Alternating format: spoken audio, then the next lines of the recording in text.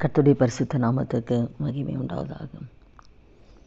கர்த்தர் இந்த வருடம் முழுதும் நம்மையும் நம்ம பிள்ளைகளை குடும்பங்கள் ஒவ்வொருவரையும் ஆண்டவர் கனி மணி போல கர்த்தர் பாதுகாத்தார். ஜீவனையும் சுகத்தையும் பலனையும் கொடுத்து இந்த வருடத்தின் கடைசி நாட்களை கர்த்தர் கொண்டு வந்திருக்கிறார். அதற்காக நம்ம நன்றி சொல்லலாம். இந்த நாளில் இந்த கடைசி நாளான் நாம் நிற்பதும் நிர்மூலமாகாமல் இருப்பதும் அவனுடைய சுத்த கிருபை தான். இந்த வருடத்தில் ஆரம்பத்தை பார்த்த எத்தனையோ ஜனங்க இன்றைக்கி இல்லை.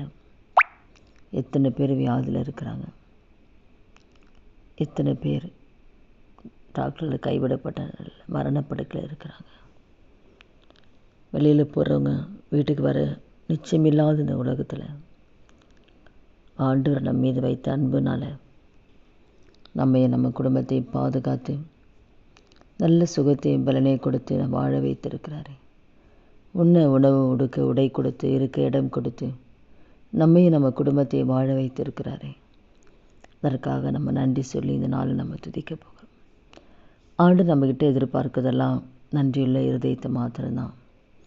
இத்தனை நன்மைகளை செய்த ஆண்டவருக்கு நாம் எப்படி நம்ம இருக்கிறோம். நன்றியுள்ள இறுதி நமக்கு இருக்கான்னு தான் ஆண்டவர் பார்க்குறாரு. 10 குஷ்டரோகிகளை ஆண்டு சுகப்படுத்தும் போது ஒருத்தன் தான் அவரை தேடி வந்தான் நன்றி சொல்ல. மீதி 9 பேர் எங்கேன்னு ஆண்டவர் கேட்குறாரு. இப்போ நம்முடைய வாழ்க்கையில் கூட இதுவரை பாதுகாத்த ஆண்டவர் இனி இந்த புதிய வருடத்தை கர்த்தர் நம்ம பொறுப்பெடுக்கணும், ஆளுகை செய்யணும், அவர் நடத்தணும்.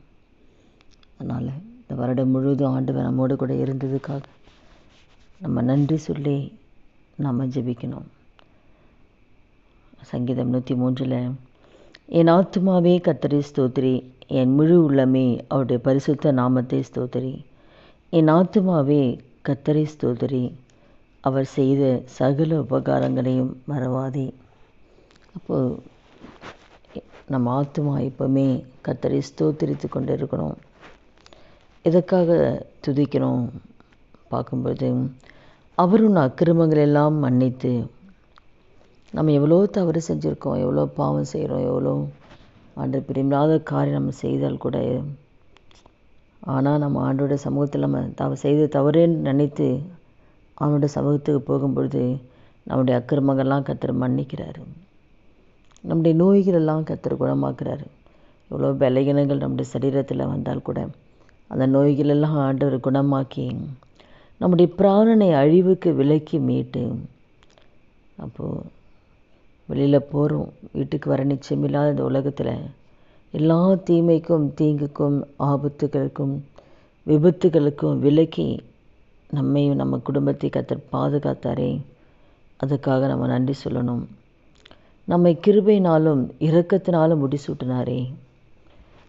இந்த வருடம் முழுதும் அவருடைய கிருபை அவருடைய இரக்கம் நம் குடும்பத்தில் இருந்து நம்மை வழிநடத்தி கொண்டு வந்ததுக்காக நம்ம நன்றி சொல்லணும். நன்மையினாலும் நம்மை திருப்தி ஆக்கினாரே, ஒரு குறை இல்லை. ஆண்டவர் நல்ல ஒரு உணவு கொடுத்து எல்லா வகையிலும் நமக்கு ஒரு குறைவு இல்லாமல் நன்மைகள்னால நம்மை திருப்தி ஆக்கினாரே. அதுக்காக நம்ம நன்றி சொல்லணும் ஆண்டவருக்கு. நல்ல நமக்கு பலத்தை கொடுத்தாரே. ஒரு வாழை வயது போல கர்த்தர் பலத்தை கொடுத்து நம்மளை வாழ வைத்தாரே. அதுக்காக நம்ம நன்றி செலுத்துகிறோம்.